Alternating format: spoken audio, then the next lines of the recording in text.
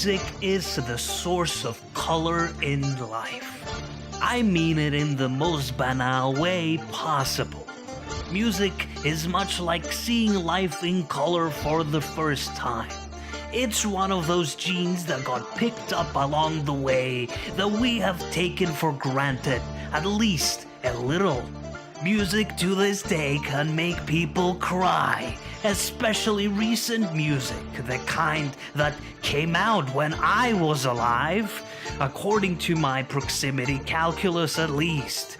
I don't know about you guys, but I broke down in tears every time I was midway through a 12-hour night shift and Spotify Shuffle played At the Sign of the Prancing Pony by Howard Shore, the original Lord of the Rings motion picture soundtrack, and the main menu music for Lord of the Rings Battle for Middle-earth 1, specifically 1 minute 25 seconds in. That experience is in a sense familiar to those people who get filmed seeing color for the first time. I had laser eye surgery before, and as I walked outside, I was absolutely struck by the newly discovered granularity of tarmac, the awesome witness of venerable AstroTurf, the eerie silence of the English Channel. So much so, I began wailing uncontrollably. He got canceled hard, and I don't know if he's coming back, so I'm thinking I'm going to jump into that space, get that Cash App endorsement.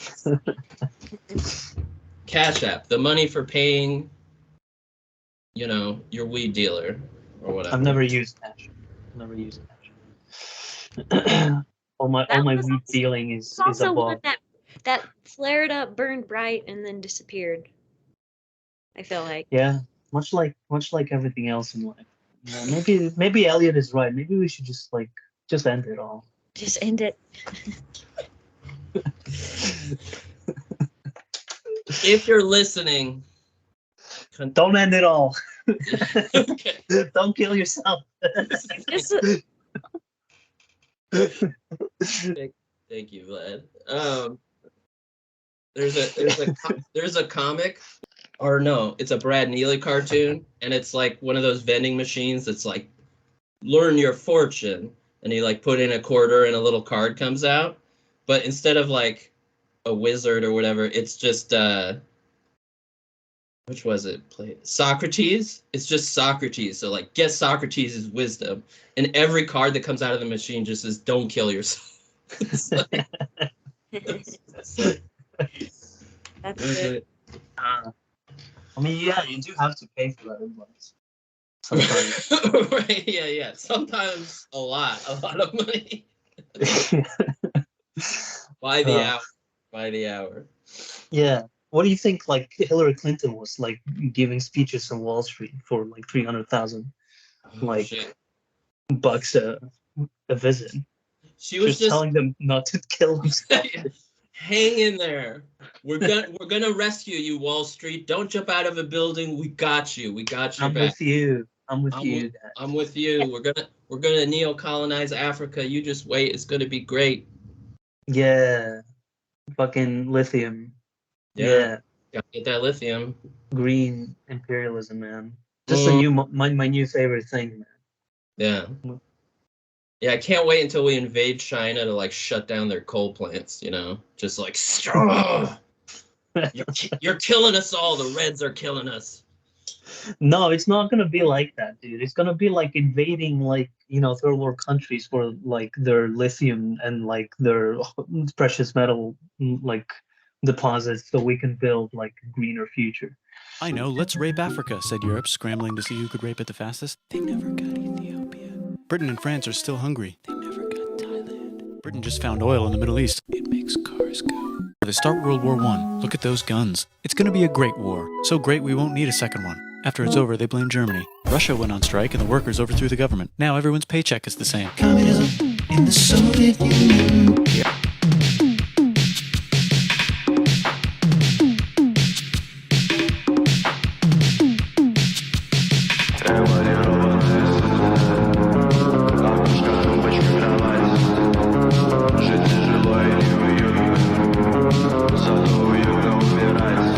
and Britain helps. Now the Ottoman Empire's gone, so we can give the Jewish people a place to live. Right. Or Right. like the state that I live in here is it's a impoverished state that's owned largely, like most of it's called Nevada, and most of the land is owned by the federal government. And so we have a big lithium mine being started here right now in my region, and it's really controversial. But my point is that there's poor places in the United States or economically depressed that are getting that treatment even here. Yeah, they're called all these places called sacrifice zones. Yeah, Right.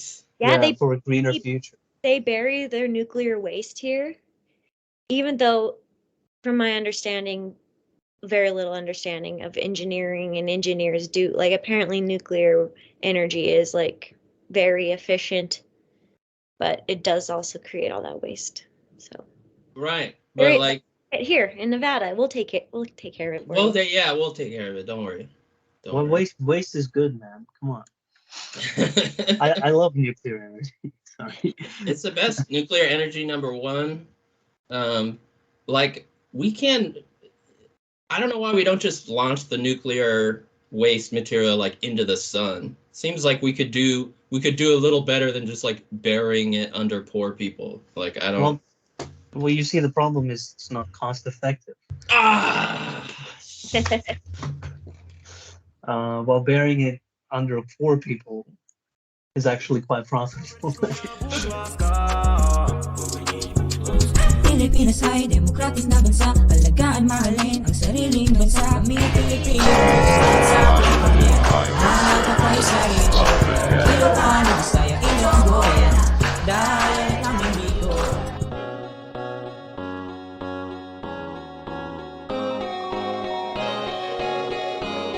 Do you go by Vlad? Yes. Yes. I'm Jacqueline. Hello, Jacqueline. Should I just call you Jacqueline Yes, or Jack. or Jack? Okay. Jack and Vlad. Jack and Vlad. It's got a ring. It's got a ring to it. Yeah. Sounds good. Sounds good. So, you're in the UK right now, Vlad, right? Yeah, stormy ass UK. Oh. Storm like rain. Oh yeah. It's August rain. Hasn't been warm like at all this summer. Oh, Depressing. that is depressing. What part of the UK are you in? Up north and northwest, next to Liverpool. Nice. Yeah. So it's like an industrial wasteland. Yeah, I've taken the train from London to Edinburgh, so like that's the only part of the northern England I've seen. Or Well, UK. they'll take offense for calling it England. I know. I corrected myself and said UK. I caught it. But I'm sure you noticed during your trip from London to Edinburgh the fact that nothing ever changes. Everything is the same. Just look the same, yeah. Yeah, a dreary land. Yeah. The Darklands, I call them. Yeah. How long have you lived there? Oh man. I think at least 7 years at this point. Okay. It's time to move on. Where's next? Oh, I don't know. You know what? I was thinking, right, like, my family's in Europe. Probably should like move to Europe. It'll be closer. But then I started thinking, right, that English is like my second language. Well, actually, it's like more than my second. I would say it's my third or fourth. And people have said that I am rather articulate in it. So I was thinking maybe I should utilize this talent rather than like learning Chinese or shit like that. Because I've been trying to learn Chinese for a while, and I've realized how important the written part of the language is for you to learn something. Mhm. Yeah, it's tonal, right? It's like a tonal language too. Is it? Oh Yeah. yeah, yes it is. Yes it Yeah. is. Yeah. So like, and I can't memorize the symbols. I can like memorize the way well, so I can memorize some phrases, but like it would be so much easier if it was like a proper if it was an alphabet where you Well, could just follow along the rules and the guides and just right. speak them out loud. So yeah. Yeah, I met someone once. She spent years and years in China, studying Chinese among other things, the language, not the people. And what she told me was that it takes you 10 years to learn enough written Chinese to just read a newspaper article. Minimum, minimum, because Yeah. yeah, there's just hundreds of characters. They have no phonetic meaning. Uh, and you know what? All the Chinese are learning English anyway, so it's like, yeah, might as well pick another esoteric or difficult. I'm not saying give up on learning more languages. I'm a monolinguatard. I got English and then like little pieces of Latinate languages, so I can like talk to the abuela at the taco cart a little bit, but that's like it. So Right. yeah, you Yeah. know, I guess you have to be a little bit more motivated to learn something like a language. right, Uh, More motivated than having to talk to someone at the taco stand. right, You know, right. I think the most effective way to learn any language is to live there and to be forced to like. Yeah, Yeah. being Mhm. forced because that Yeah. it takes such incredible discipline to learn a language without that external, well, with being immersed in it, or exposed to it, and yeah. Is your Yeah. what is your original or like first language, Vlad? So here's the thing, right? My mother tongue is Russian. Uh-huh. Uh, um, and then well, I was born in Czech Republic, so at some point I did Oh. speak Czech at some Czech. point. Yeah. I was also I went to kindergarten in Germany, so Oh, at some point I also spoke German, holy and then shit. my mother decided to marry a guy in Greece. So I spent 10 years in Greece. So I would say that Greek is like my second Well, and language. Greece has its own different alphabet than, Yeah, yeah, yeah, so that would be so much because you would have the Cyrillic Russian, the Greek alphabet, yeah, English, and then Chinese. That is yeah, yeah, quite a yeah. lot. Yeah. Actually, Greek kind of makes things a lot easier for many languages because a lot of them are taken from from Mm. Greek. And Mm-hmm. Cyrillic is like well, I I guess you would call Cyrillic like a Byzantine like imperialism, you know, Mm. because that was the whole point of it is to bring the savage Yeah. hordes of the Northeast into orthodoxy. Um, Force an alphabet on them. yeah, forced an Yeah. alphabet, yeah, yeah. When people unite under one will, they become stronger than the sum of their parts. And what do rulers use to bring people together? Language. Yeah, but yeah, when people I tell them like, oh, I speak all these languages, and people tell me that that's really impressive. But like you said, I had to learn them because I lived in all these countries, so it's not like I don't think it's as impressive as you learning it out of your own volition and having the discipline. Right. Well, yeah, like my first boyfriend in college was Belarusian, and he spoke yeah, Russian, German, Spanish, uh like Dutch, like all these languages Wow. that he's been like he was like seven languages, but he spoke them all kind of because he of just how he'd moved throughout in the world as well. Yeah. But still, it's impressive, especially to us who do not speak other language. Yeah. I studied Spanish in college, and I don't use it, and so I don't have it readily available to me. It's in there. It's deep in there still. When I Yeah. when I visited like Mexico and stuff, it starts peeking back out. But Yeah, it's rough. It's so funny because there's like a ton of Latino Spanish speakers in, like, if not Portland proper, at least the surrounding areas. But all of them are learning English, so they don't want to speak Spanish with you. They're learning English because Yeah. that's, they run a business or whatever. Like, that's what they got to do. So it's like coming up to them and like forcing them to listen to your broken Spanish. Like, I can't, yeah, I don't like it. I lived in Prague I did like a semester abroad, and a lot of Czech people, we would try to practice our Czech with them, but they would be too shy to use they'd be too shy to use Oh yeah. like English. Like sometimes they'd be too shy to use English, but we'd be too shy to use our Czech, and then it just, I don't know, but then Yeah. we're still better at English than we were at Czech. So In that sense, the Czechs are very similar to the French. Like Mhm. like the Germans will start speaking English with you, but the French will just, I don't know, like punch you in the balls or something. You know, when you try like speaking French, they'll get really angry.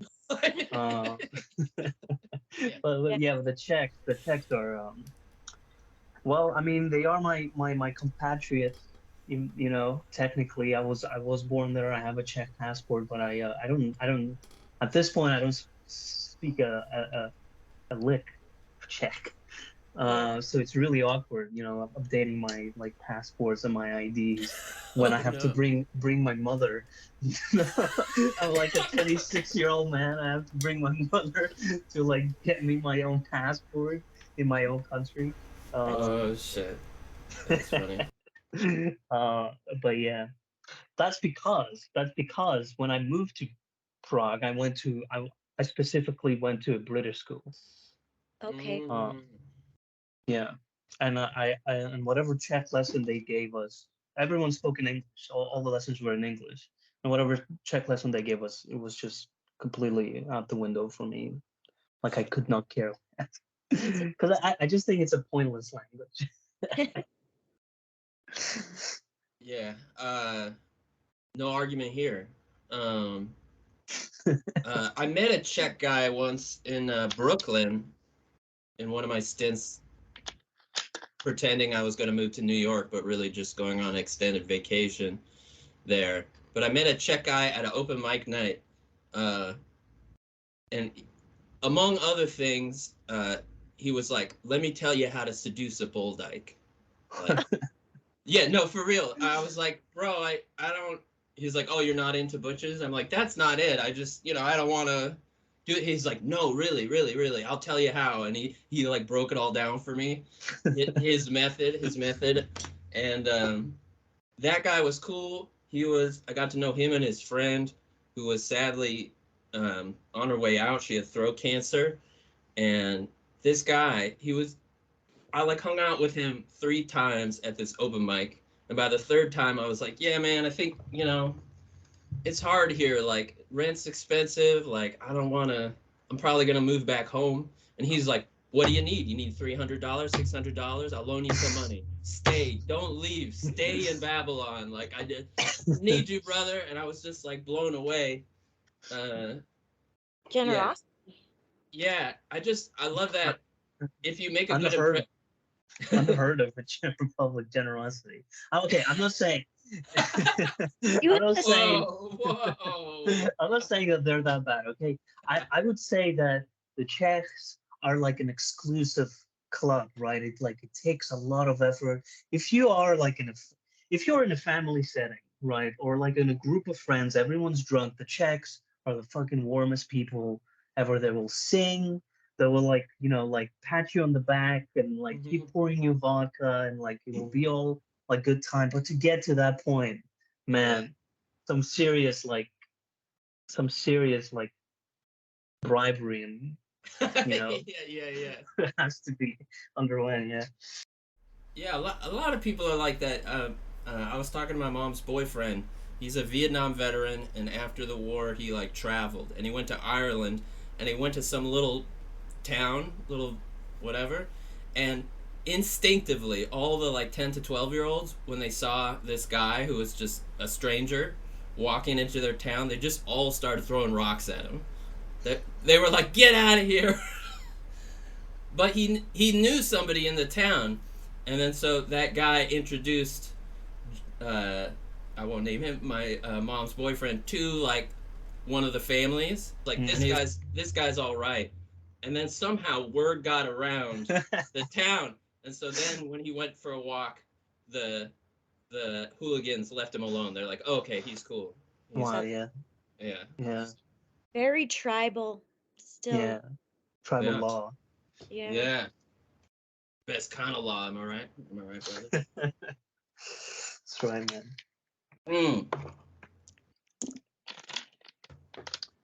So yeah. How about it? Do we do some icebreakers? Well, you got something? You got something, Vlad? I have a few things. Yeah. I gotta get off my chest. But we haven't reached the philosophical part of the discussion. True. Yeah, I was just I was just thinking about liberals as I usually do. Yeah, you're shaking your head, man. Yeah, I agree. So yeah, I was just this is a thought I had today. And so just bear with me because it hasn't been like fully articulated in my head right now. Yeah. I wanted to post it on Facebook, but you clearly have like monopolized my thinking for tonight. Okay, So cool. so I was thinking, right? Do you guys know Steven Pinker? Yeah, I've Yeah. heard. Yeah, he's like everything's getting better all the time. Yeah. There's no problems. They're all being fixed. He's just like the new end of history guy, kind of. Yeah. Except now the old end of history guy, his name is escaping me. Can you? Fukuyama. I almost said Fukushima. That's what I almost said, and I was just like, Yeah, let's slow down. yeah. Fukuyama. Now Fukuyama's like, I was wrong. First, since there's been a lot of misunderstanding about this, I'm just going to restate what the end of history was all about. And then I'm going to go through 4 different objections. Every conceivable objection to this theory has been raised by one person at some point over the years, but I want to deal with the ones that I believe are the most cogent, and quite honestly, they're ones that I don't necessarily have answers to. And for all I know, the theory could be complete bunk and will be disproven. And in fact, I'll He's backpedaled a little bit, so yeah, Steven Pinker is stepping into the breach. So yeah, it's like what was the standards of living are like increasing with time. It's like a weird kind of historicism. I mean, we've seen, at least I think that we've seen in the past century, that an increase in the standards of living is neither good or bad, and it can be sometimes dangerous. In fact, when it's like just when it's explosive, I would say. It's disruptive. Yeah, when it's like fully disruptive, like we haven't really caught up with like a lot of things in a cultural sense. So, but there is some truth in like the theory that with time, the baseline of like living standards and life expectancy increases even for like the impoverished, for like third world countries and like exploited kind of countries, satellite states, and other such places. So so I was thinking of this within the context of what what creates revolutionary fervor. Yeah. So when there is like bread and circus, Right. revolutionary fervor is not very. It's like impotent. Right. Because there just isn't there just isn't too many of these kind of life-threatening events to really disrupt like people's habits Yeah, and their revolution, expectations. revolution being born out of discontent. Yeah, yeah. So I was thinking, Ryan, if we accept this theory, if we accept Pinker's theory, does that mean that like there is going to be at some point in the future where everyone in the world is liberal? That's Where that's the dream. that is that is the liberal dream, yeah. Where Yeah. there's like revolutionary fervor is almost impossible because no matter what you do, you have like flying Walmart vending machines or Yeah. I don't know, whatever, and like you have like instant communication and like music at your fingertips, films and all that, and like food, water, but like obviously within the context, within the political context of the time, there are people who are facing great kind of inequity and like oppression, Mhm. right? But like discontent is like very material. I don't think it's. I think it's there's only a small part of like revolutions that are driven by political circumstance, I think. Right. Like Right? actually motivated by ideas or whatever. Like Yeah. at base, it's a material crisis that food shortages, whatever it is. Security, entertainment, like Yeah. everything is Yeah, that's kind of the like thinking, at least that I like of like my friend groups and peers and like what I've grown up around is that, at least in the United States, like I mean, we're kind of living that right now where there's like most people have more material uh security than ever, and we all have access to most of us have access to our phones and laptops and the internet, and you just have to look around to see that, like, I think people are at least in a different type of like malaise. Like it's just like it's almost like a spiritual malaise. Yeah. It's just like so my thought isn't, I haven't quite fleshed that out yet, but I guess Malaise is a good way to put it. But yeah. there's two ways you can look at this. I think on one hand, clearly like the West is some kind of like a petri dish experiment of this kind of malaise, right? But the problem is that outside of the West, there are all these external factors where living standards have not really caught up Right. with Yeah. this like global baseline. So there's always this external threat that can Right. disrupt the malaise. So Right. I'm saying like in the future, where like the global baseline like is raised, where like there's like basically everyone is a liberal living in this malaise. You know what I mean? Yeah. Yeah. Then what? And then like no revolution is ever possible. Right? Like no big creative like political projects are ever brought to fruition because things are just good enough, you know, Yeah. for That's what everyone. that's what I came to when I was like a baby. You know, I am baby, first political opinions. I was like, oh, we gotta lift, we gotta give more to the third world countries. We gotta lift everyone up. Like they too need all the comforts we have. They deserve that too. And then I was like, man, I hate my life though.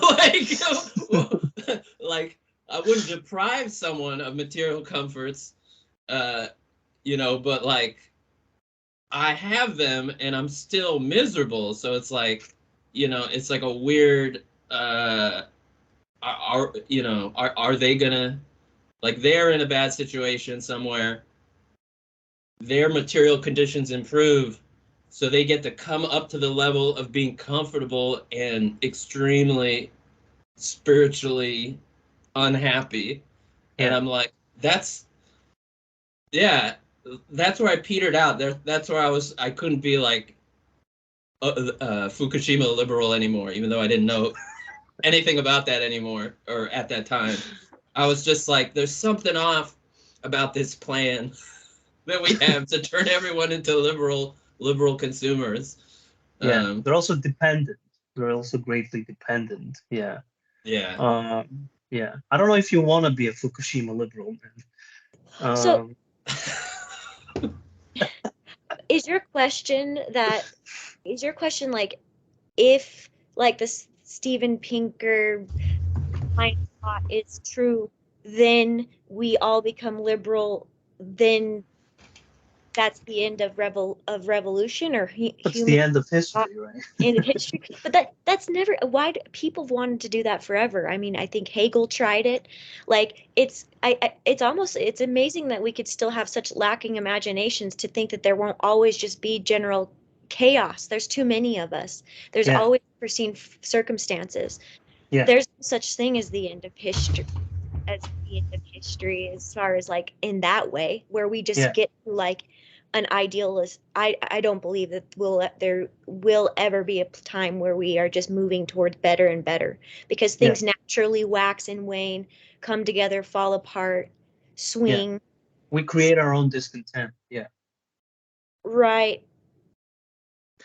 But also, But- like, at the basis of discontent is still this very material kind of. So the only reason why I'm not sure, like, why I'm really raising this. I'm just trying to consider.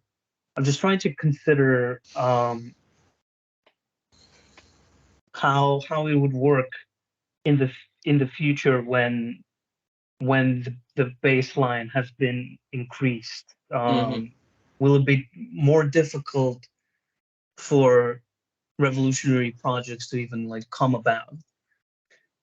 But then I started thinking, right, like, another way to look at this is that when we have the capacity to raise the baseline of living standards to such an extent on a global scale, that also means that we have the capacity of we arrive at the point where it's no longer that utopian projects are no longer just like we no longer just want them, but they become like feasible with like all these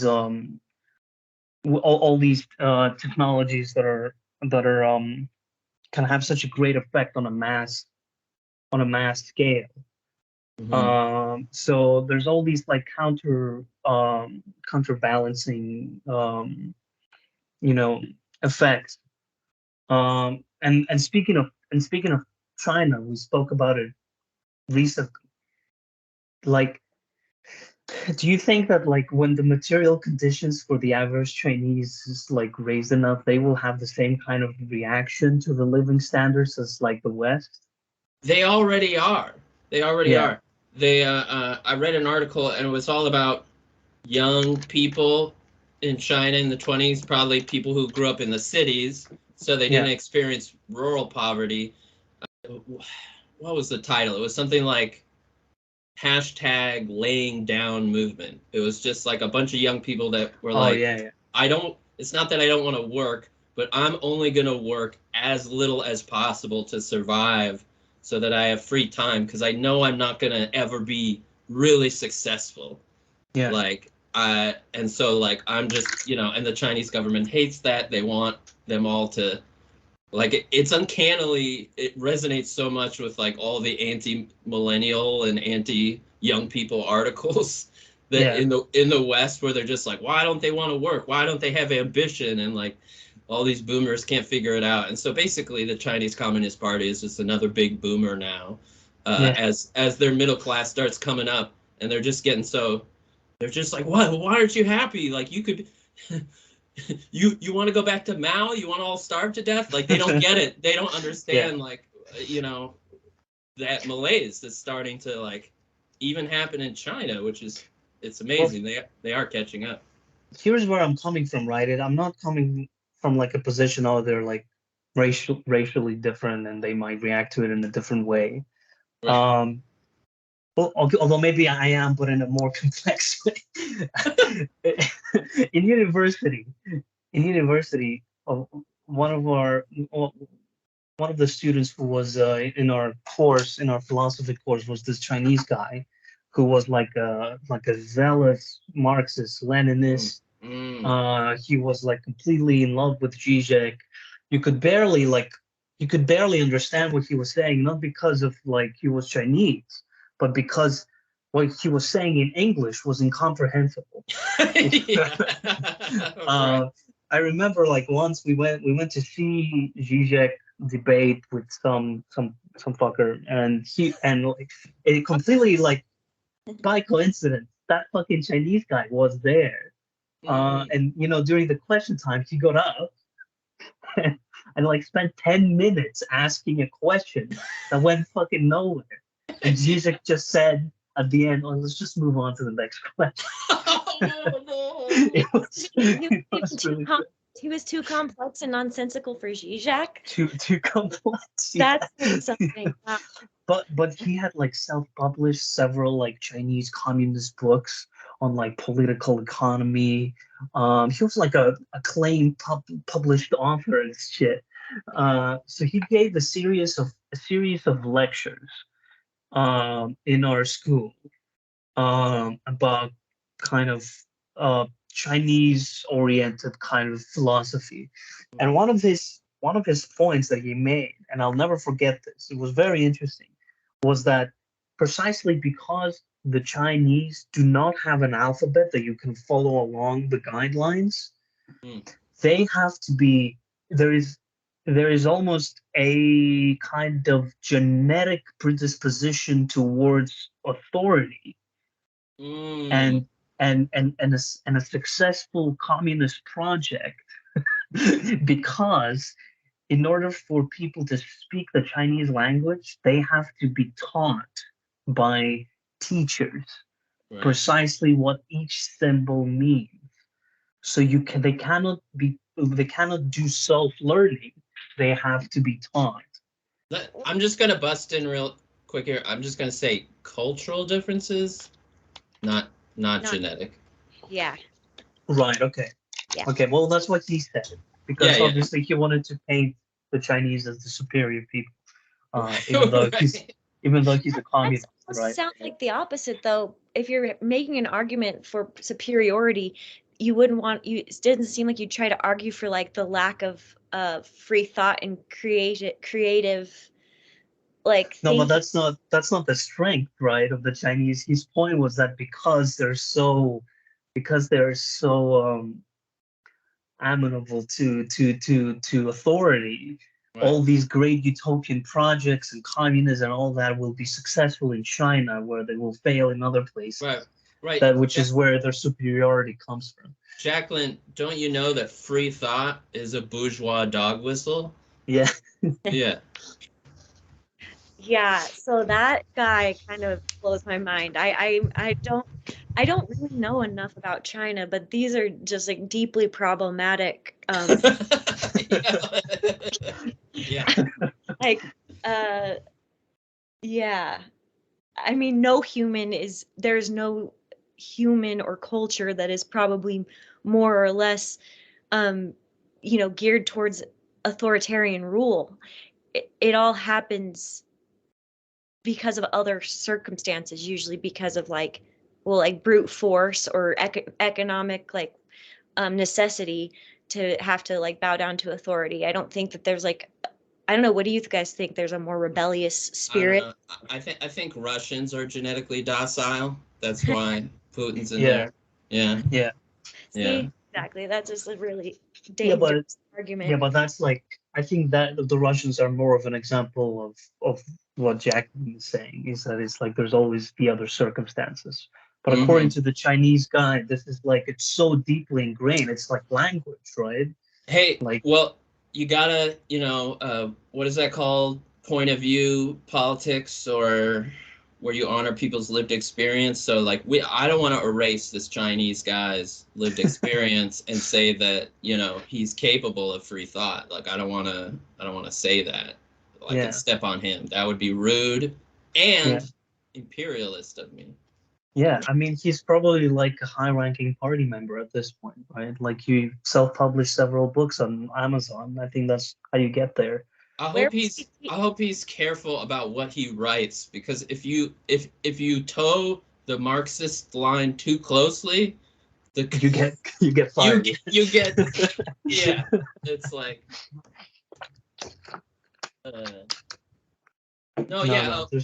obviously Chinese characteristics.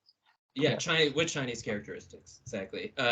That's an interesting like argument from like a psychological point of view, as far as how the way we acquire language and the way like and even the symbols we use to represent language can like form your like it's a lens upon how you acquire information and function in the world. Like that's interesting from like a linguistic psychology standpoint. Yeah. You can look at it as like it's like a vector of ingress. How do I explain this? It's basically because you have to be taught the whole language. There's all these opportunities for other people to influence what you think, right? Mm-hmm. Go ahead. It's just driving me crazy because of even when we began this conversation talking about learning Chinese, I have like such a block in my mind because I was looking at Japanese characters this week actually, and I was just like, there is such a distance between my understanding of like the way that I read and then what these symbols are, and it's like opaque, it's solid, it's completely inaccessible. So that just makes me want to know more about because I didn't know that Chinese because in a way we have to be taught our letters and then what we combine them for words. And you're saying Chinese, each individual character is a word? Yeah. And it's alive, right? It's like always growing, or is it standardized? Yeah. Well, it's standardized by who? Yeah, obviously it has to be standardized at some point. Oh, what's that? What's that? This is Picture Within a Picture, an illustrated guide to the origins of Chinese characters. And so it's got all, oh man, I forgot, my camera's terrible, but it's got all these drawings. Oh, your camera is so bad. Oh, yeah. I can see that kind of. Oh, that's beautiful. That's nice. So there are all these illustrations that are like, you're not gonna be able to see this, but it's like, here, I'll show the people at home because they can see. Those are the origin of the letters of the word. Yeah, it's like the illustrator, they drew a picture of two trees, and then here's the letter up here, and you look at it, and it's like, oh yeah, that kind of looks like two trees. You know, they're essentially streamlined pictograms. Yeah. And my understanding is that, like a lot of countries, but especially China, it's so geographically diverse and large, what's really what I meant to say, that there was local dialects, still are obviously, but especially there were for hundreds and hundreds of years, even when they shared an alphabet. So you could go down the road a few villages over, and what they said was totally incomprehensible. But if you were literate, which very, very few people were, then you could communicate in writing. What era is this? A long time ago in a galaxy far, far away. The Chinese have different languages in different provinces to such an extent that they cannot understand each other. They also have another language which is like a universal and common language. This is the official language of the Mandarins and of the court. It is among them like Latin among ourselves. Alessandro Valignano, Historia del principio y progreso de la campaña de Jesús en las Indias Orientales. I took one class in Chinese history, and its emphasis was on the modern period. So I'm not going to pretend to. Well, that's more than I've had. Okay. Yeah, I mean, there's nothing else of note anyway. Yeah. It's not like it's the oldest empire that ever lived. yeah. There's nothing there. Yeah. Excuse me for a moment. I'll be right back. So yeah, like fucking but yeah, that's like another vector of ingress, right? Because if the meaning changes, imagine its power when it's standardized. Right. Yeah, it's if, like if that. it comes from like pictures, there's obviously some meaning there that can be standardized into what the party wants you to believe, right? Right. And then before the party, they had the state apparatus. Yeah. That was, the one time meritocracy was tried. Where, like, theoretically, if you could learn Chinese characters, which we all know is hard for everyone, including the Chinese. If you could learn that, and then you could go take a test, and if you scored in the top 90 percentile and someone's cousin doesn't bump you out, like you can get into the bureaucracy and become one of the people because you scored well on a test. Like, we pretend we have that in America. We pretend we have a meritocracy that's about high test scores, and conservatives are like, not anymore, brother. And I'm like, sorry, it never was that. But there's a whole separate discussion about whether that's even a desirable or good way to do governance. But you got to give credit to the Chinese. They did it. They did meritocracy, you can see the results. So yeah, man, results. It's all about results. It's all about the pudding. Proof is in the pudding. The proof. Well, it's really interesting to hear that, like, Chinese society is dealing with the same issues that we are here in the United States about, no one wants to work anymore. The youth don't, because that just goes to show that the problem really is, I mean, it sounds trite at this point, but it's just this like runaway late stage capitalism that's swallowing our entire globe, regardless of cultural differences, and which are all very interesting and important. But like, that just to me seems that, and because our economies are so closely tied with China too, like we are like becoming each other, even though we love to think it's so separate. It's just interesting to me. Well, that's why I'm trying to draw like lines of separation, right? Like, okay, the Chinese will react to this differently because this abstract late stage capitalism is just a little bit, at this point, to me, it seems just like it's too easy, like an explanation of what's going on. I think the world is getting so complex because of instantaneous communication that we just haven't caught up to it, and especially our theories of government haven't caught up to it. Right. So like the best we can explain it with is this like abstract kind of ghost, right? This makes it sound spooky. I think that's what Elle and I were saying. Blame it on the internet. It's technology. Yeah. Global, is that a word you use? Globalization, technology. Yeah. Like Oliver Anthony says, the internet is a parasite, and we spend all day on it, on machines that someone in a sweatshop built for us, and it's evil. And that's why I'm starting a podcast. Preach, brother, preach. Yeah.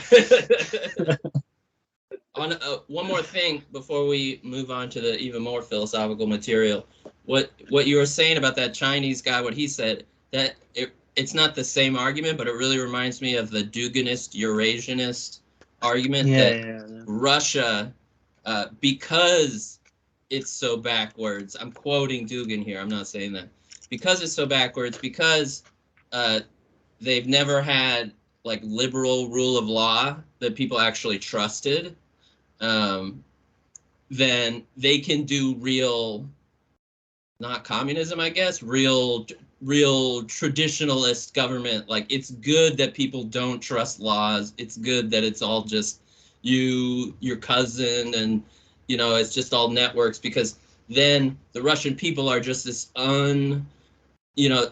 unrefined clay that the leaders can shape into into a good society. And The That's supreme like- executive planned economies, like, are more effective right. in Eurasia. Yeah. Right. So yeah, it's an obvious cope. It's like, no, it's actually good we don't have rule of law. It's actually good. So It's actually good we're fucking backwards and miserable. Yeah. yeah. He is the cope master. There's like no one more copier than him. Yeah. Like not even the Bolsheviks were that naive. Like they were like, oh wait, communism's gonna start in Russia? Oh fuck, we're fucked. Like you know, like they were like, that's not how it's supposed to go. Like, like where's the factory workers? Oh, we have to create the proletariat first. Then like it's like so wacky to me. Yeah. Didn't Marx think that it's gonna be in like England first and never Russia? Right, England or Germany. Or Germany, yeah. Because when he went to England, he saw, you know, the fucking, what are they called? The Malthusian satanic mills, and like children missing arms, begging in the street, and he was like, oh, capitalism has gotten even further in England than in Germany, and like look what it's doing to the regular people. So like. I honestly, like, he was already a communist, but I think it was actually living in London that radicalized him. Yeah. He was like, look at this place. Oh my God. Everyone, this is what we're moving towards? Hell no. That was Karl Marx. London and like Engels' spare cash. That's what radicalized Marx. Right. Yeah. One righteous factory owner. Yeah, the same Malthusian fucking mills. The paper is beard. Oh man. Yeah. Well, listen, you gotta, people, great people are complex, and they're often hypocrites as well. They contain multitudes, and we're all hypocrites. The greater the man, the greater the hypocrisy. Exactly. Yeah. And it's weird, right? Because like the more time passes and the more people speak about a person, the more like hypocritical he becomes. It's kind of weird how that works. It's like there's just no escaping. Yeah, like maybe you should just shut up and not risk being a hypocrite, you know? Like maybe just don't have ideas in case they're wrong. Maybe just disappear. Yeah, maybe just reduce your carbon footprint permanently. There's a man going around taking names. And he decides who to free and who to blame. Everybody won't be treated. Okay. I'm struck by inspiration. Should that be the name of the podcast? Sacrifice Zones? That's a good one. Right? Yeah. I'm for it. Okay. Yeah. I was really wedded to Left Wing Dog Whistle, but I like Sacrifice Zones too. So I like that Left Wing Dog Whistle, but it kind of like typecasts you. Like that's true. I don't wanna alienate anyone, so that's true. Yeah, if you get like Steven Pinker like on this podcast, like the problem with like having it called like Left Wing Dog Whistle is he's gonna like approach it like that way as like in a kind of an aggressive, animal stance, but territorial monkey stance. I kind of want to see that side of Steven Pinker though. So like that's where I'm like I'm split on that. I'm listening to this interview from an author. I don't recall his name, but he's like a Japanese American theologian, and he wrote a book called White American Straight White American Jesus, and apparently, yeah, brother. But he was mentioning, and that's the name of his podcast. But apparently, like the My Pillow guy, like, and a few people reached out, like they didn't do their homework on what his content was. They're just like, yeah, straight, and like asking advertise on his podcast. Awesome. Oh shit, I would totally put My Pillow on my podcast, 100%. Yeah, so maybe Vlad is right. Don't typecast yourself too much. You can really, cast a wide net. Yeah, if you really want to like attract the My Pillow guy and Steven Pinker, you should call it Sacrifice. Sacrifice Zone. Yeah. No. All right. I'm Yeah. sold. I'm sold. I'm serious. Yeah, I'm going for that. Do you Going think for that. Do you think Steven Pinker uses a bidet? No doubt. Absolutely. How else could he think so highly of Western civilization if he wasn't partaking of its chiefest and greatest comforts? As a treat? Yeah, he Yeah. indulges. It's all these little indulgences Yeah. that, like, yeah, It's like they say, it's the little things in life. Man. it is the little things. Yeah, that's what Yeah. capitalism is all about. It's the little Yeah. things that distract Mi- you from your greater projects. Yeah, Millions and millions of little things. yeah, torn apart. Mhm. Why was Steven Pinker top of mind for you, Vlad? It was because of it was because of my whole future liberal theory. Because Oh, I- like, yeah, whenever you start talking about like historicism and like things are improving with time, I just think of Steven Pinker. Yeah. Mm. Yeah. And then after that, I think of Steven Pinker hanging out with Jeffrey Epstein. And then Oh yeah, that's where my mind goes. God This is- damn. This is not a conspiracy podcast, but goddamn. Also Noam Chomsky. Was he there as well? He was quite a popular guy, this Epstein fellow. Like, Yeah, he had a lot of friends. yeah, fuck. Yeah. Chomsky hung out apparently at one of Epstein's apartments. First, there was a picture of him hanging out with Epstein's doorman. Right. And then later, there was some additional confirmation that allegedly kind of made, further sussified Noam Chomsky for me. And, I was already pretty over him because you just read deeply enough into his commentary and he's like critical support for Pol Pot, Yeah. It's just like, what? I never liked him. Yeah, I never you know, liked him. my cousin gave me, it was just like basic ass shit. It was just like a short book, transcription of his speeches where all he's doing is like reading parts of the New York Times, just like to tell people that, oh, did you know America does all this stuff in Latin America? And people are like, Yeah.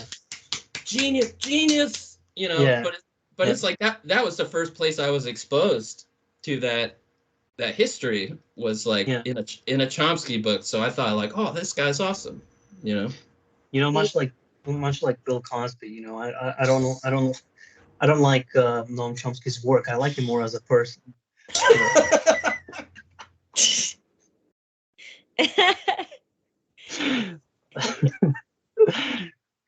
I totally get that. I saw Chomsky speak once, and what I love about Chomsky is he has a kind of anti-charisma.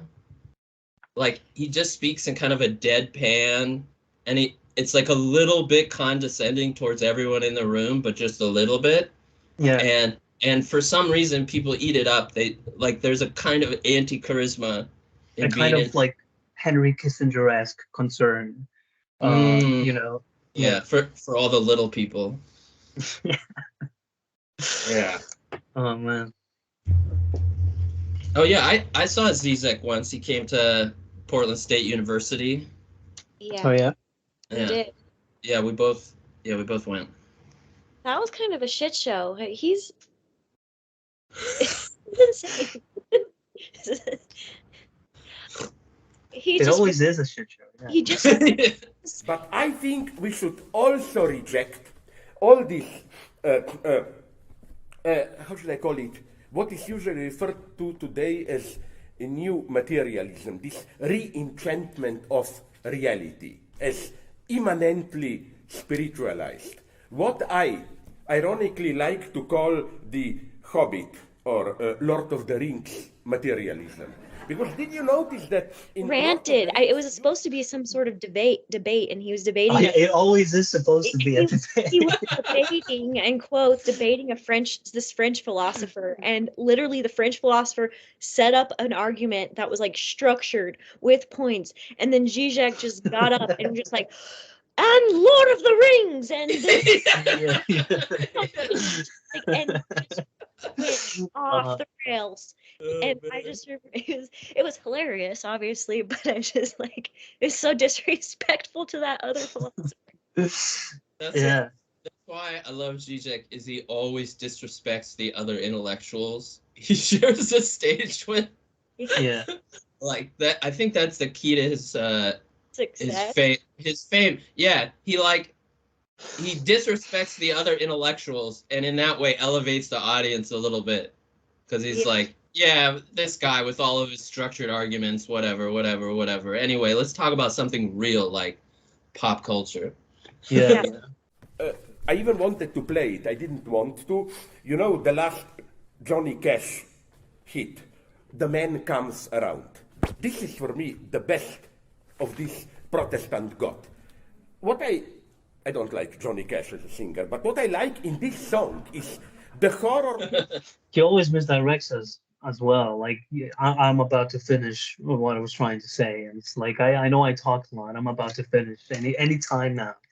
Yeah, it's cocaine's a hell of a drug, you know. It just he can't. It's overstimulated for sure.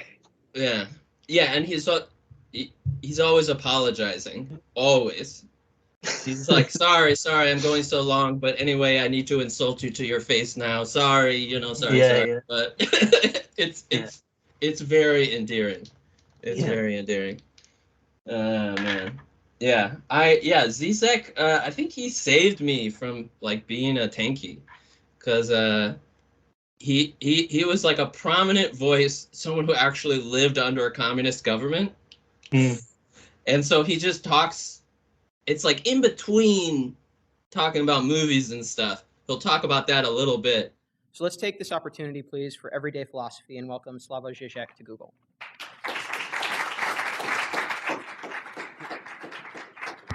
I hope this works. Yeah. Thanks very much. I'm really glad of being here. You know why? Because let me begin with a funny association which came on my mind now. You know of what from my communist youth this scene here now reminds me.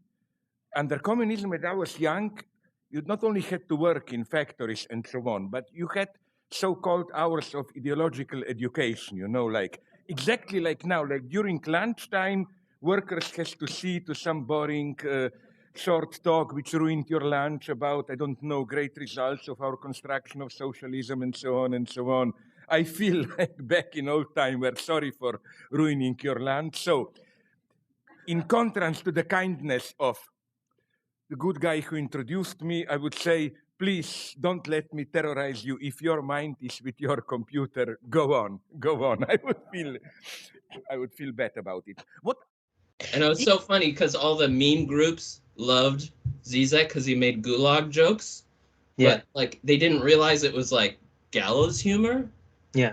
For the experience of living under an authoritarian government, and that it wasn't, haha, I really do want to put, it was just, they just didn't get it at all. And then when they realized Zizek was not a tanky, God, they lost it. They were like, how dare you quote Zizek to me in my Zizek meme posting group?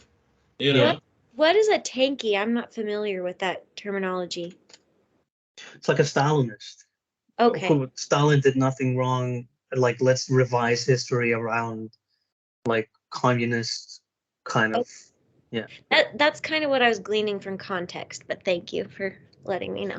Yeah, that tends to be the effect of when you like speak to anyone from like ex-Soviet states, because like I was like, when I was way younger, I was a tanky as well. I had like this whole idea in my head about like kind of a scientific Stalinism, right? And like whenever I explained it to my Czech friends, they were like, "What the fuck are you on about?" Yeah. fuck. Yeah. In Prague, I encountered a lot of people in the older generation who were like that, and a lot of they would say nostalgia for communism. They use that word, Yeah. nostalgia. Yeah. It is their conservatism. It's how it works over there. Communism is conservative. Yeah. But in the West, tankies won't admit to being Stalinists. They always call themselves Marxist-Leninists. So that's another. All right. Yep. I get where you're going now. And I'm not saying some of the people who identify as Marxist-Leninists aren't savable. It's like, no, it's over for them. I have never met a single ML who is redeemable in any way. Retracted, redacted. Okay. This is an opportunity, now that you're talking about Soviet nostalgia, for me to tell one of my favorite stories from when I visited New Orleans. I think I've told Jacqueline this before, but I went down there. I hung out with some of the locals who I had already become acquainted with. By utter coincidence, we were there during Mardi Gras. Like, I actually wanted to visit at a normal time, but we just ended up there. And at the end of Fat Tuesday, the last day of Mardi Gras, me and my friend Jamie, who's from New York but moved to New Orleans years and years ago, were approached by a younger-ish man with a shaved head and like a little goatee, and he was kind of wearing a sarong or like some kind of robed thing. And like a toga? Yeah, toga. It was a toga. I mean, it was New Orleans. It wasn't a sarong. But it was and so he wanders up to us. Me, half Jew, half whatever else I am, European, and then my friend who's half Jew, half Italian, and this Aryan-looking motherfucker, shaved head. He just wanders up to us and he goes, I call this guy the alienated East German, because he grew up, when he was a kid, he grew up in East Germany. And he just starts getting all this stuff off of his chest. He says, man, you know, when the wall came down, everything started to change. Suddenly, everyone was competing against everyone for the same spot. You know, money controlled everything. And he just flows off about his nostalgia for, which is maybe more understandable, not that they had it great, but in East Germany, how it was. And then he says, that's why I like to come to things like Mardi Gras. It's because, like, for a few days, it feels like East Germany. Really. He was like, everyone's in the street together. Everyone's like, we're all the same. We're all together. We're not against each other. And then he goes, but it's all fake because it's just from booze and for the holiday. And so it's not, you know, it doesn't last. It doesn't last. Just like East Germany, it doesn't last. And that's very relatable, you know, because obviously after my like teenage Stalinist years, I was having this kind of a semi I don't know, how would I call it? It's like a love-hate relationship with like the Soviet Union. And like whenever I spoke about it, like with my family, they were like, whenever like I shat on like the Soviet Union, they used to tell me to shut the fuck up. Like, you don't know fucking shit. You don't know how hard we had it. Yeah, no, the opposite. They were saying the opposite, right? You don't know how good we had it.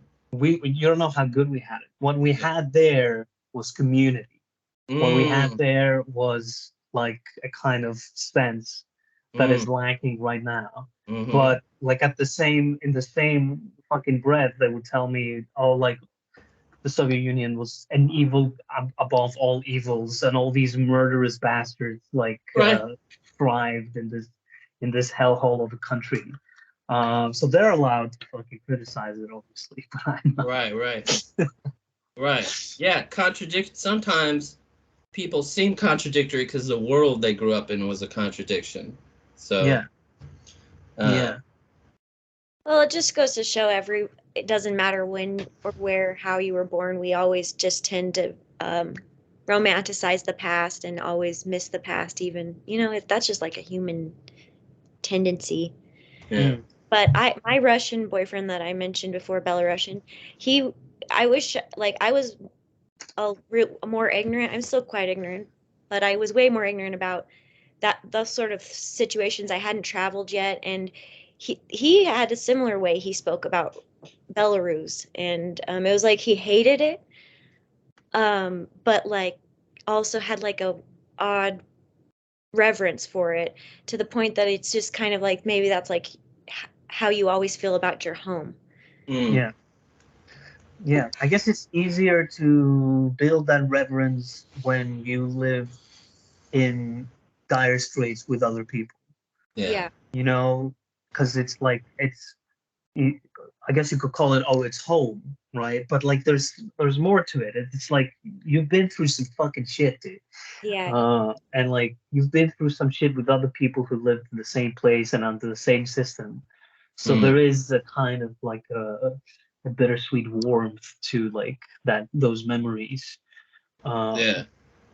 That's the irony, right? Like the oppression that the Soviet government exercised over all of its citizens did create solidarity among the people in their hatred of the Soviet of the system. state. Yeah, not how they intended it. Yeah.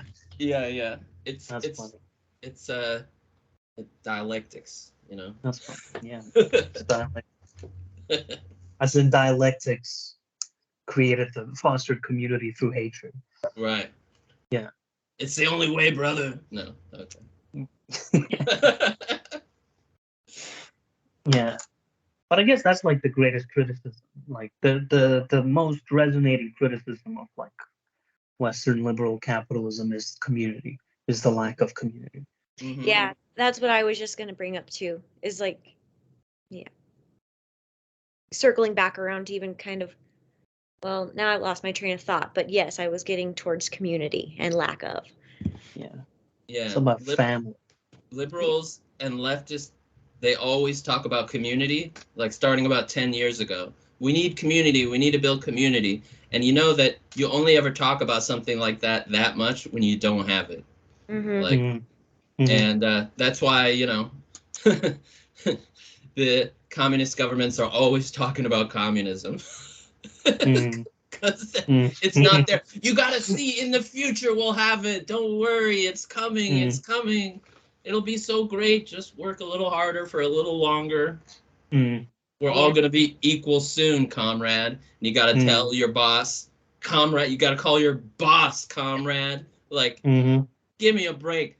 Talk about being exactly like America. We're a family here at this company. Oh yeah, for real. So, yeah, we're all comrades here. Yeah, we're all comrades here. I'm gonna start a startup. I'm gonna ruthlessly exploit all of my little worker bee office workers, and I'm gonna walk by on the weekend, because they're working on the weekend, and I'm just gonna look at them, and I'm gonna be like, yeah.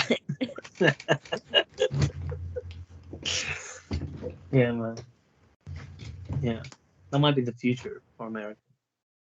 That's Just already happening everywhere. I mean, I do massage therapy, and it's that just drives me up the wall. The whole concept of your coworkers and your of you being a family. We're family here. We're more than, coworkers. We're a family, and it just gets under my skin.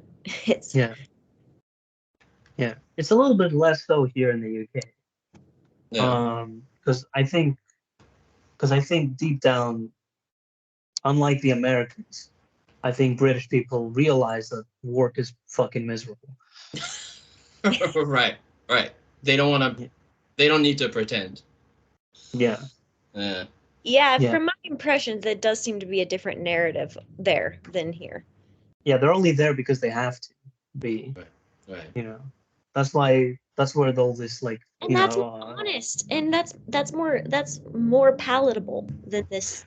It would be honest if they didn't like hide that fact with the kind of surface decorum, You know, we all have to be here, so let's treat each other, you know, with Yeah. a cold kind of Yeah. respect. The famous British politeness. Yeah. Mm. Yeah. Yeah. Makes it very difficult for foreigners to settle in, I'll tell you that. Right. Yeah, you Yeah. have to learn all the cues and like when to not speak, when to speak, all this shit. The fucking cues, man, because I'm used to just being fucking blunt. I'm just Yeah. like, yeah. Because you But like, spent yeah, majority of your you spent like the majority of your childhood in Greece, you said? yeah, exactly that. Polar like- polar opposite. Very But different. whenever I'm blunt in Britain, you know, I get like these like comprehending looks where like there's so many of these moments where I just like where I would like tell like a joke and I would just get the like the fakest laugh at work, you know, just to like move on from the conversation, and then they just like the crowd disperses immediately. Yeah, just don't mention syphilis at work in England. Okay. Not a crowd pleaser. Not a crowd pleaser. Bombed. It bombed. Yeah. Mm-hmm. Mm-hmm. That's the second time syphilis has come up today in my That's it. That's it. earlier I heard someone tell a joke that like syphilis is like the MySpace of the STI world. We don't know much about it these days. Awesome. Yeah. Isn't- What This is not a great joke, but it's just funny that syphilis came up twice today. that's gonna be. I'm gonna launch my stand-up career with that. Whatever happened to syphilis? Come on, people. I'm bringing it back. What's that guy? What's the comedian? Fuck, what's his name? The guy who has like a long face. He used to be on like late night. He's a Johnny- late night Oh, show. Jay Leno. Jay Leno. Yeah. Yeah. Whatever happened to syphilis? He's probably like paid by syphilis. That's why he's making that joke. You know, just all of his jokes were paid advertisement. Yeah. Oh, man. That you never is he dead? I never hear about that guy anymore. I don't, but he sucked, so Yeah, I mean, yeah. Like meanwhile, Conan O'Brien, he's got his own podcast. You're welcome anytime, Conan. But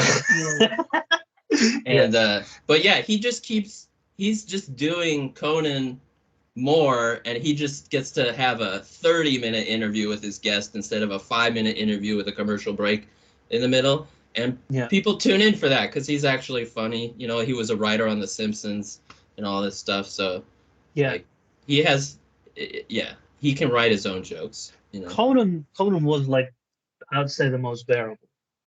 Yeah. to me. Well, Yeah. I always felt like he was cringing along with us. It's like, here we go, we're doing late night, I guess. Like it was kind of. I don't really understand. Yeah, the David Letterman, like all of those late night American hosts that get so like, I guess they were just popular at a time when that's like everybody watched the same TV, but I never understood the appeal. Yeah, I came around a little bit to David Letterman because I'm gonna cut this out because it's like so embarrassing. But I read a David Foster Wallace short story about David Letterman, and like explaining his sense of humor, his dry sense of humor, and which like I watched him on TV when I was like 8 years old, and I was just like, what? But then I went back and I was like, oh, he's making jokes all the time at the expense of the audience, at the expense of the guest, and he's just playing it straight. And like I have a pretty dry sense of humor, so I'm like I have a little respect for Letterman now, even though I never really enjoyed him. I'm like, okay, he was all right. Okay, yeah, that's one I haven't explored really. Yeah, well, you got to read more David Foster Wallace. He'll tell you what to think, Infinite what to feel. Infinite Jest just stares at me on my bookshelf, and I don't think I'll ever crack it. Just taunts me. There's one part of that book that's worth reading, in my opinion, and it's like just a vignette that stands alone from like all the rest of the story and characters, and it's just a portrait of a man who hides inside of his house all day, and he has like a pound of weed delivered to him once a month, and each time he's like, this is going to be the last time. I'm gonna smoke all of this weed, and I'm gonna get it out of my system. And then like a month later, he just does it again, and he like I know never how leaves that his feels. house. Yeah. Yeah, I'm like relatable. Too relatable. Too relatable. Too relatable. Yeah. Yeah, man. All right. Yeah. Oh man, we covered a lot of things already. Yeah, we're all already past the hour mark. Nice. And this is all gold, so I'm not gonna have to do much editing. So it's all good. I mean, I guess I gotta respect David Letterman because Norm Macdonald cried on that show, on his show when he Yeah. was leaving. You know, What happened? Norm Macdonald cried like David Letterman was doing his like final like appearance or something, and Norm Macdonald was one of the guests, and he like started crying because he was just like his hero. Wow. And like yeah, when I saw that, I started crying myself.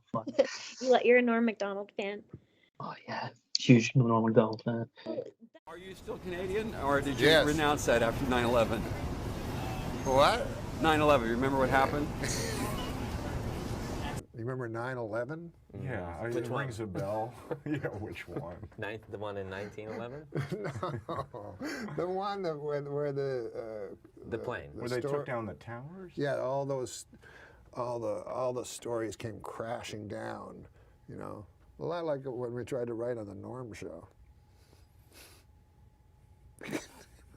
We couldn't. We tried to write stories, and they'd all come crashing down. Hey, for the 9th consecutive year, Nick, JetBlue Airlines ranked first for satisfaction among all North American airlines. But you know what ranked least in satisfaction? 9/11 Airlines. What a terrible name for an airline. It reminds me of that tragedy. Oh, 9/11. Yeah, no, don't laugh at 9/11 What? again. 9/11.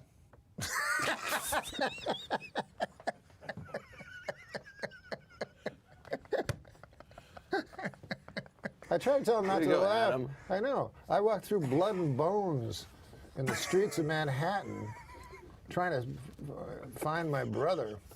Jesus. Yeah, he was in northern Canada.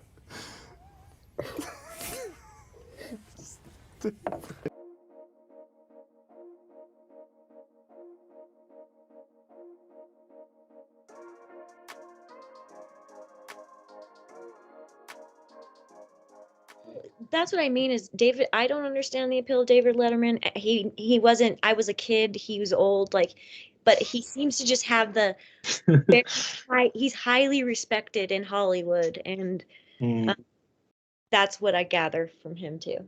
Interesting. Interesting. Yeah, I like that beard he's rocking now. Did It you looks good. have you watched that series of interview, his newest series on Netflix, My Next Guest with David Letterman? I watched the Zelensky one. Yes. Yeah. Oh, he did a I Zelensky. saw that too. That's a new season I haven't seen. Yeah, he went to Kiev and they did an interview in the subway. In the so that subway, they- yeah. So they would be underground in case there was bombardment or whatever. That was inspiring. Yeah. I love that. Yeah. I love that. Even though like the reaction to that episode was completely different everywhere else. I fucking respect that. I will have to check that out because I didn't know that existed.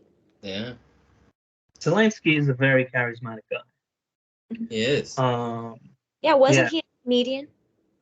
Well, the funny thing, I don't know if a lot of people know this, but like just before he announced his bid for the presidency, he had a show, Servant of the people. Servant of the People, where it was all about him becoming president and shooting up the House of Representatives or whatever. So based. And then they fucking elected him.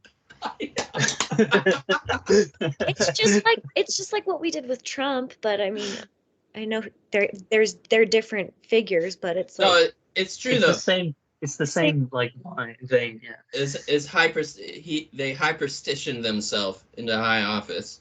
yeah. Like Trump Yeah. did that reality TV show where all he did was fire and hire people, And people are like, hell yeah, go to Washington, D.C., fire all those fuckers, hire somebody better. And he did that his whole administration. He was like, you're out, you're suck, out. new person. So it's Drain like, the swamp. That's like, there we go. The hyperstition worked. Yeah.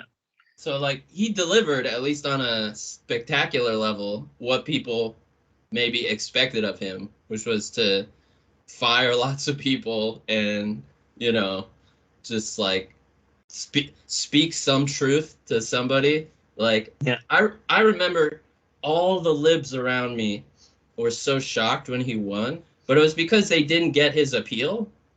They didn't get why people liked him, so they couldn't imagine millions of people liking him. And I remember watching the Republican debate where he goes, they lied. They said there were weapons of mass destruction. There were none, and they knew there were none. There were no weapons of mass.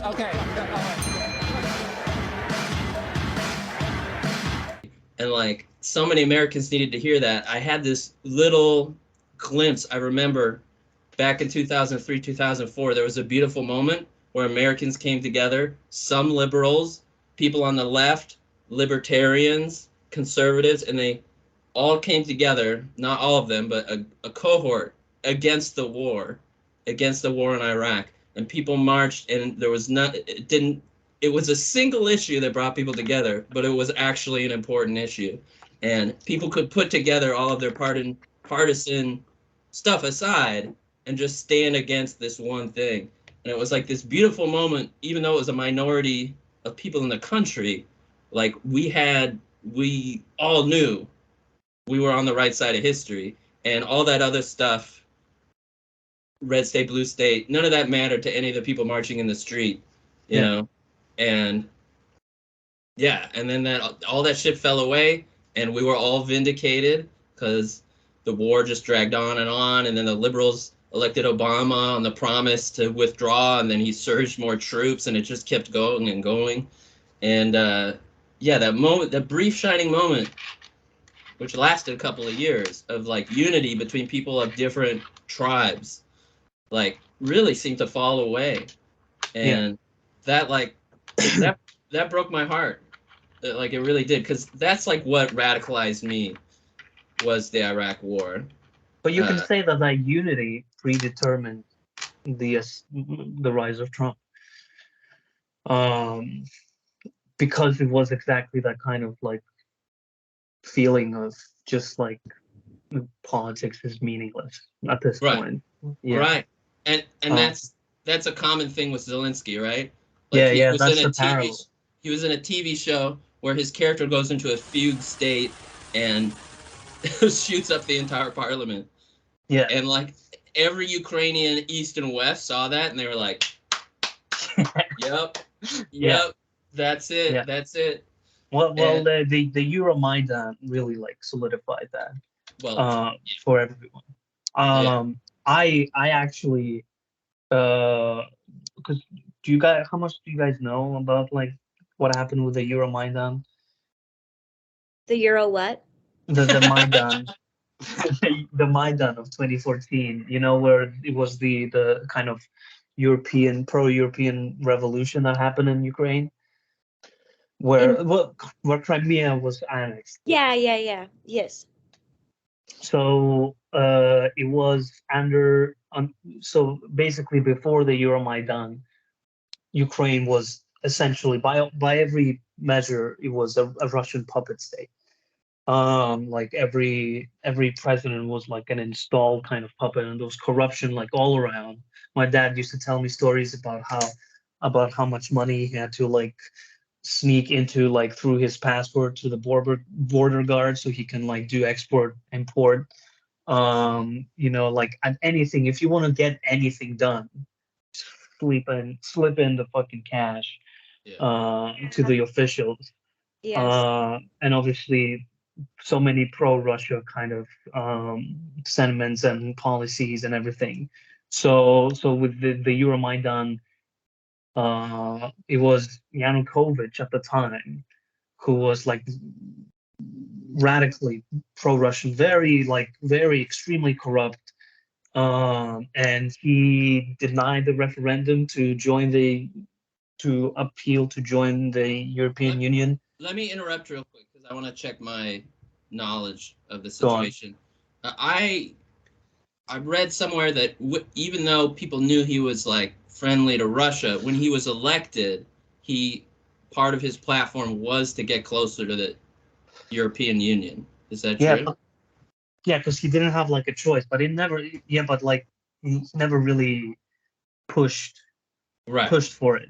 I think at that point there was like this, there was these like boiling tensions about like stepping away from Russia and like getting it like kind of a different future. But so all the politicians were trying to appeal to that, but at the end of the day, the landscape was fully controlled, influenced by Russia.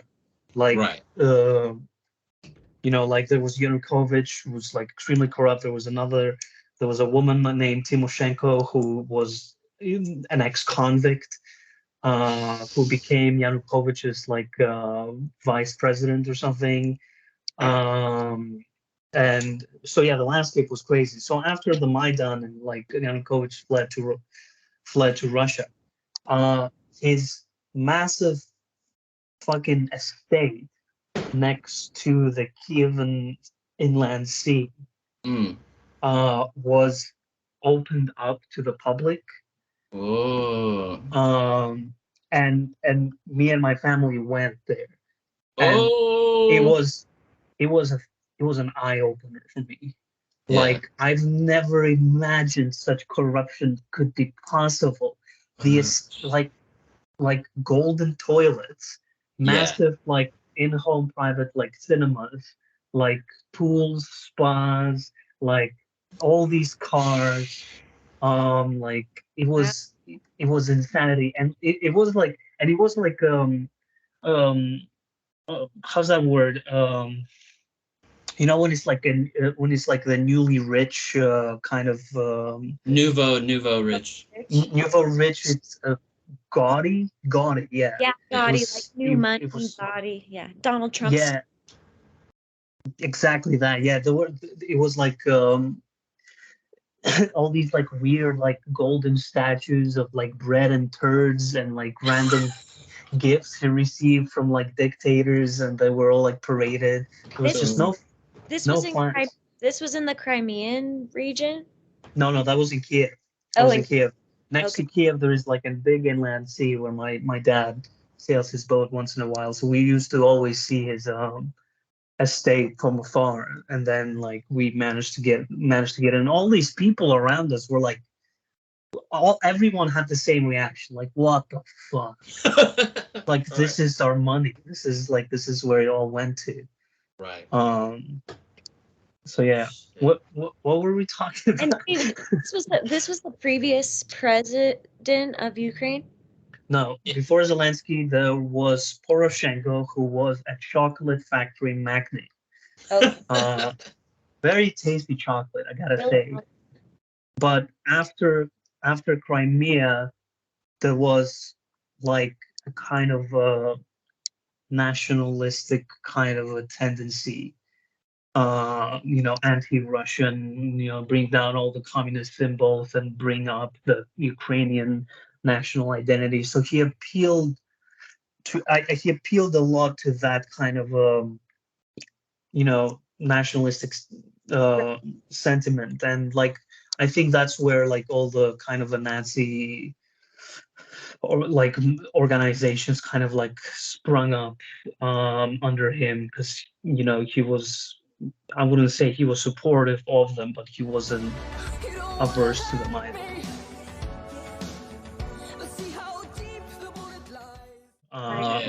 They saw their chance. They were like, let's jump in here.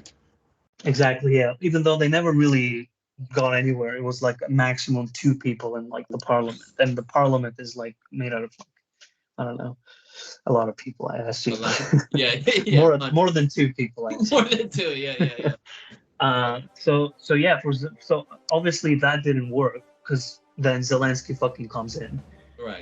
And that's like completely the opposite of like, there's obviously Ukrainian sovereignty, Ukrainian national identity, but let's integrate with the European Union. We all know that Ukraine is shit.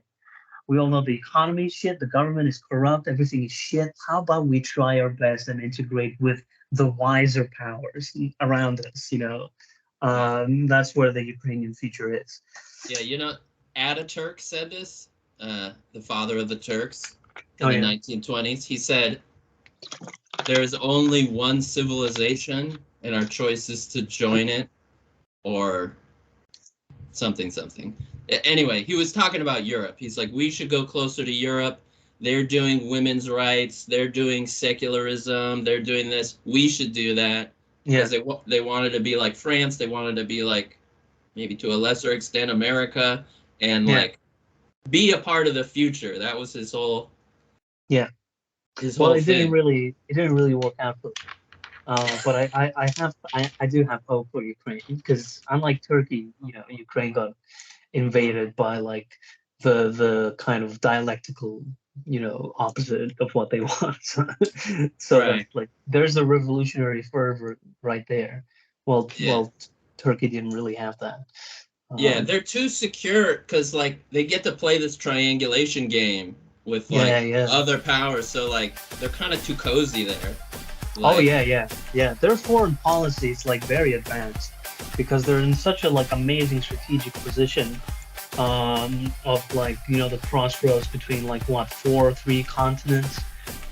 Even though the Greeks will say that they are the crossroads, but, yeah. Get over it. Byzantine is over. Get over it. Yeah, exactly. Yeah. Yeah. I don't think they sit at any crossroad at this point anymore. Build another Colosseum, then we can talk. Yeah. Fucking fix your roads, man. Jesus Christ. Jesus. What part of Greece did you live in? I lived in Athens. You lived in Athens? That's the only place I visited, so. You went to the anarchist district, right, Jacqueline? Did. I got ran out of there, but yes. Anyway, talk about that a little more. You've told me before, but. Basically, everywhere I went in Athens, I was getting like grabbed and touched by men and asked where my dad was, where my boyfriend was, told I wasn't safe, and told I didn't belong there. Like I like I was in this park just like innocently. Like I felt like the whole time I was in Athens, I just kept being in the wrong place. Like I purposely went to Exarchia just to see it. And I got literally ran out of there. Like people had guns and they were like, get the fuck out kind of thing. But I kept, but like, I would like I was in this park, and then this like Iranian journalist like grabbed me and was just like, it's not safe for you here. So like, I just always felt like a kind of like a bumbling idiot the whole time I was in Greece, but it was really interesting. It was 2012 when I was there. And so just the economic devastation was like, and like open heroin use, and like just the economic devastation was just so obvious there. Like, and now that's kind of like what Portland looks like currently. But the effect was tragic. Yeah, like a lot of my family members had to sell their fucking there was just possession. 7 houses. There was just I have this picture on my wall. I don't know if it will show very well, but like this is like I don't know if you could see it, but yes. Street in Athens, and it's just people's junk out on the sidewalk everywhere, and that was like the streets were just full of That's that. Greece for me. That's Greece for me, dude. Yeah. Man, yeah. But yeah, I mean, to some extent, it was also the Greeks' fault. As much as they want to blame Germany, I think the Greeks are not very reliable. Because like before, like the crisis, like every single member of my family had like a construction company, and they already had built their dream house, and like the financial collapse was just basically a slow period of them deciding to rent it out and then to eventually sell it. And then like getting 2 or 3 jobs at the same time to like sustain their massive families. Divorces, like like all kinds of conflict. Yeah, it's crazy. It's crazy. But Yeah. I don't know. I don't think they're very good with their money. I hear they don't pay taxes a lot, which is that bad? Is that being bad with your money or? um, I What, don't what, know. I don't know because because maybe things have changed at this point because like from what I hear now, there's like a lot of there's a very strong welfare net there. Like you can like basically because Greece is such a like tourist oriented like country because they basically produce nothing else. Right. Because they're fucking worthless. They what they do is my nephew was telling me this, right? You work during the summer in a bar, obviously, in like a beach bar or like a cafe place, right? And then you quit your job and the government pays you money to like not work during winter because there's no tourists. Right. Oh shit. Yeah, so it's like furlough for winter times. It's pretty base, I would say. No, yeah. My dad was telling me, don't spread this around. But the whole Oregon Orchestra gets on state benefits in the off season. Like in the summer, all the musicians quit, and then they get whatever food stamps and shit. Yeah. Like That's for a nice. season. That's great. That's pretty good. Yeah, that's pretty good. I mean, like. It might be good. It might be good for artists, because artists need free time. Maybe not a whole country. Maybe a whole country. Yeah. If every Grecian can become a YouTube streamer, Twitch streamer, artist. That's literally what they do. Right. Either that or start like a techno band or something. Yeah. Right. In their mother's basement. Yeah. Many such cases. Many such cases. Oh, speaking of bands, I sent Jacqueline the Molchat Domus single that like spread everywhere, and she said they could work on the lyrics, but she liked it musically. So yeah. They can work on their lyrics as in they're like too kind of minimalistic. It was really minimalistic, and then there was what was the lyric? It was like something about it, no food. They weren't very like poetic. I mean, obviously it's translated from another language, but in English they just were clunky, simplistic and clunky. Like it was something. They're beautiful in Russian, but I get it. I get it. It's like, but there is an attraction to this minimalism, because Molchat Doma comes from this like kind of a post-Soviet lineage of these kinds of like Soviet wave depression bands, like Kino. And like one of the most popular like songs by Kino is literally all he says is like, as long as I have a packet of cigarettes, I'm all right. And sometimes that's all you want to hear in the song. You don't want to hear about like people's fifis and like their emotions, like complex ideals and shit. Yeah. Well, okay. I can appreciate that perspective.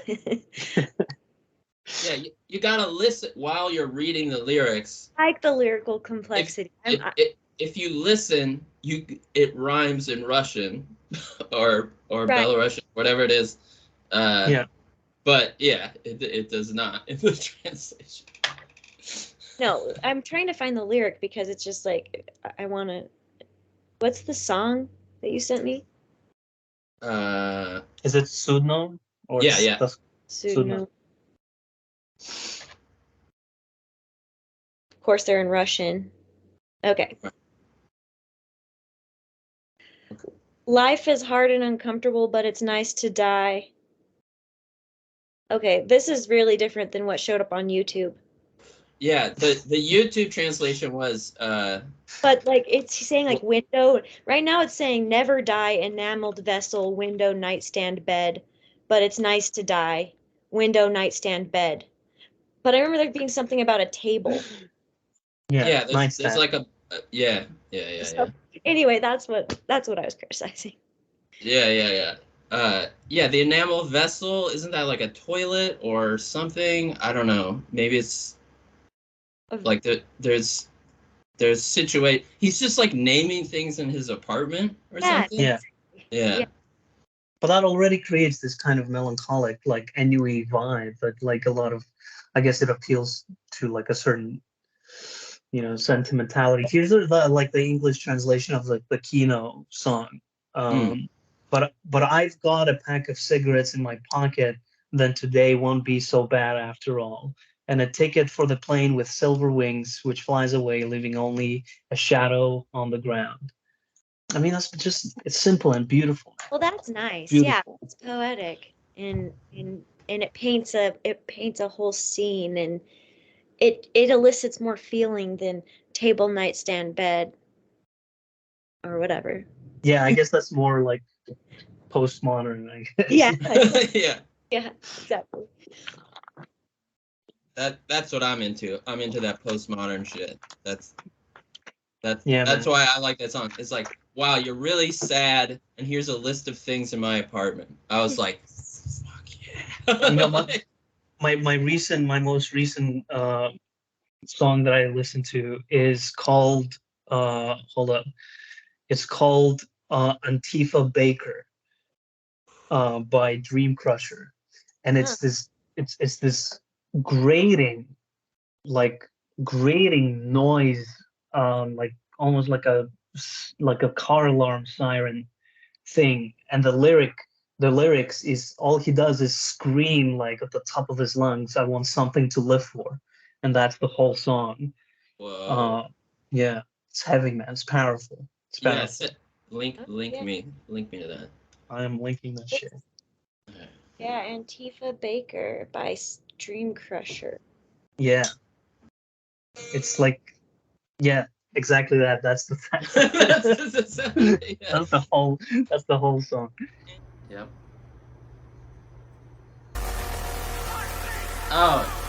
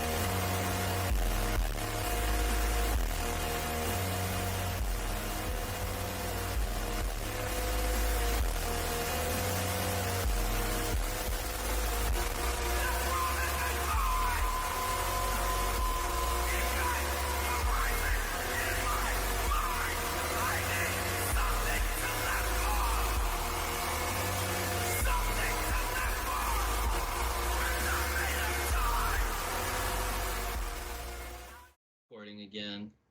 Hell yeah, dude. Elliot just listened to Antifa Baker. That was a banger, dude. Thank you for turning me on to that. For great. real, like, I love Death Grips, but I needed something like noisier, Yeah. Like, you know what? Like, this is gonna be funny, but like after Adorno,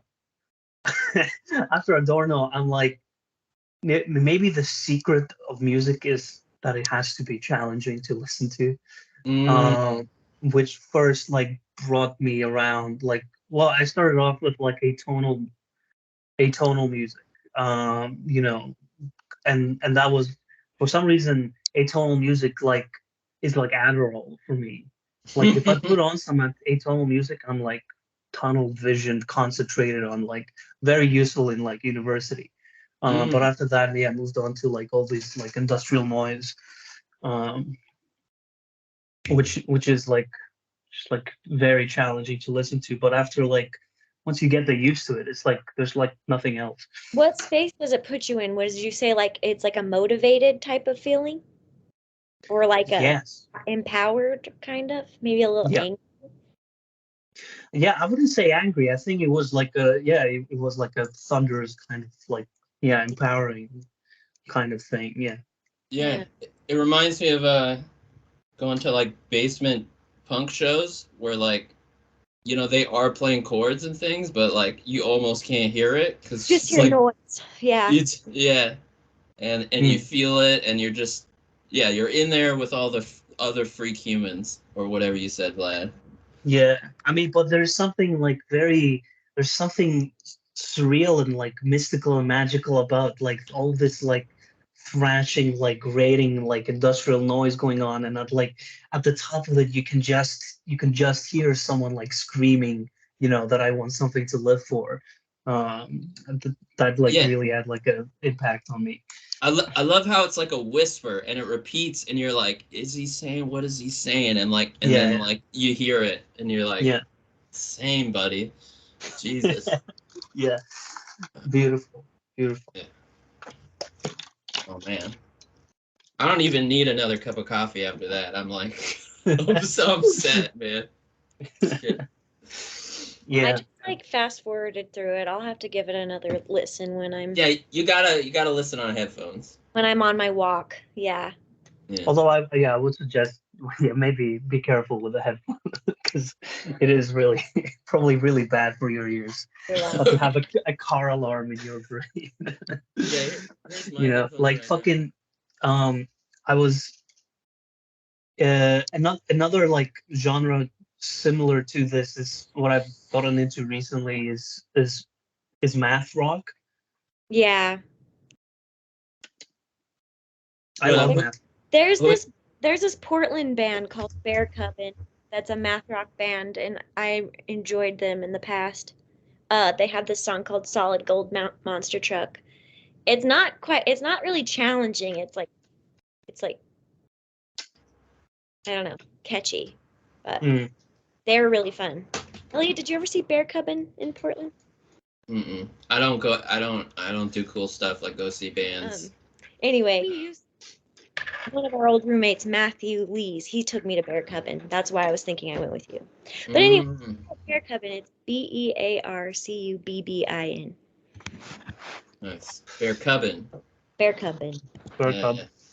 My favorite math rock band is called the Tony Danza Top Dance Extravaganza. Oh, I think I've heard the. Yeah.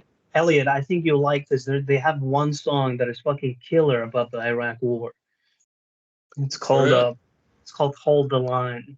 And like at the end of the song, there's like voice clips of Obama, you know, saying, like, he starts off by saying that we have to return the troops home, and then it slowly, you know, moves on to him saying we have to send more people there.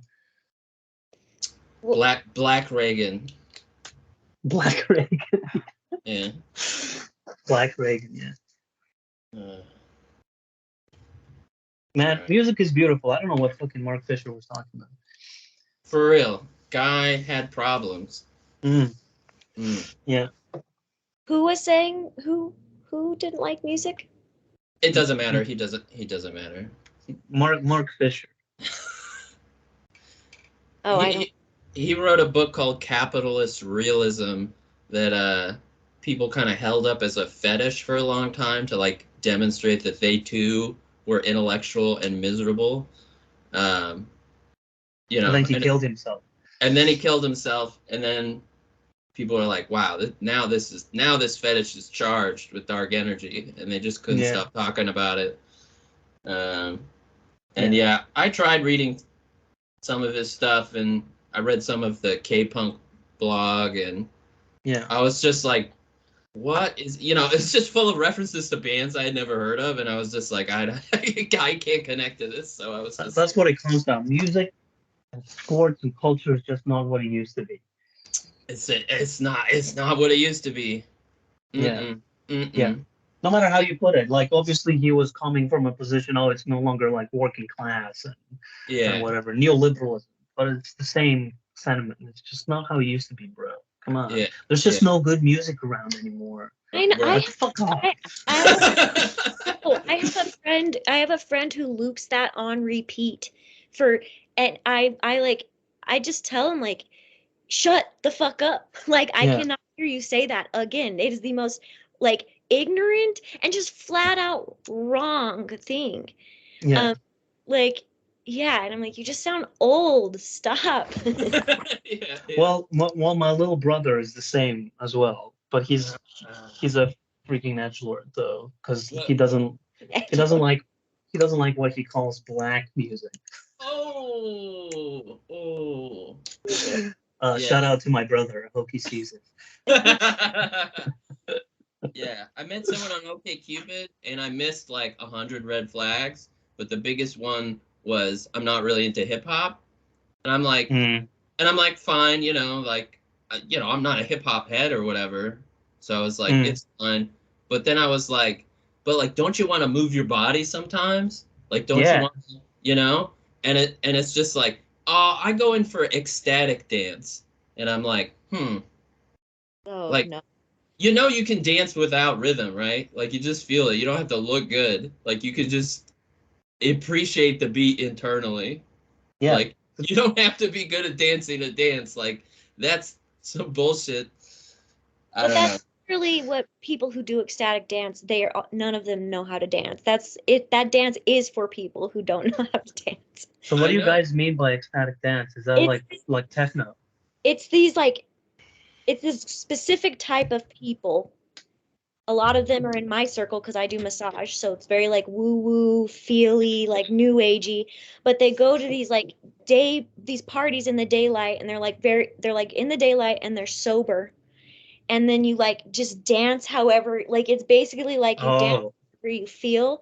But they do this thing called like contact jamming, where they'll they basically roll all over each other, and it's just it's really easy to laugh at and make fun of. It's very fun because it is really freeing just to be like, flip out and move your body however, but it's just too easy to make fun of. It's just such low-hanging fruit.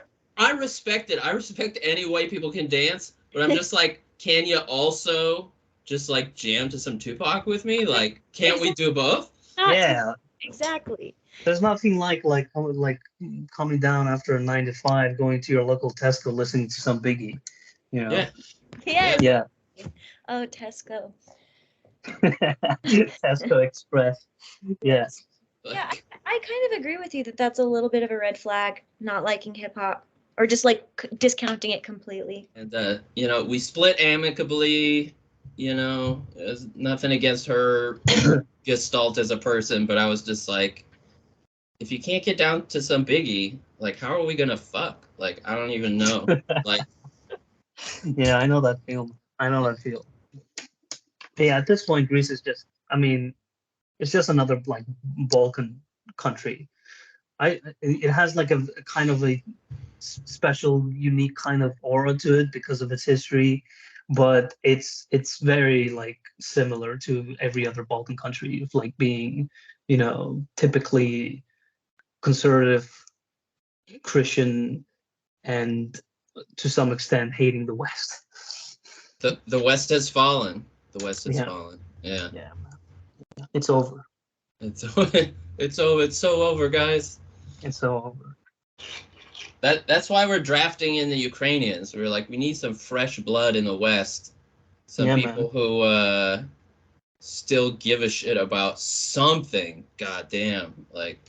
Yeah, man, because like at the beginning of the war, I was like, after the war, there's going to be like a generation of Ukrainians who are like fucking, motivated military experts, and they're just gonna be like, it's gonna be one of their main exports.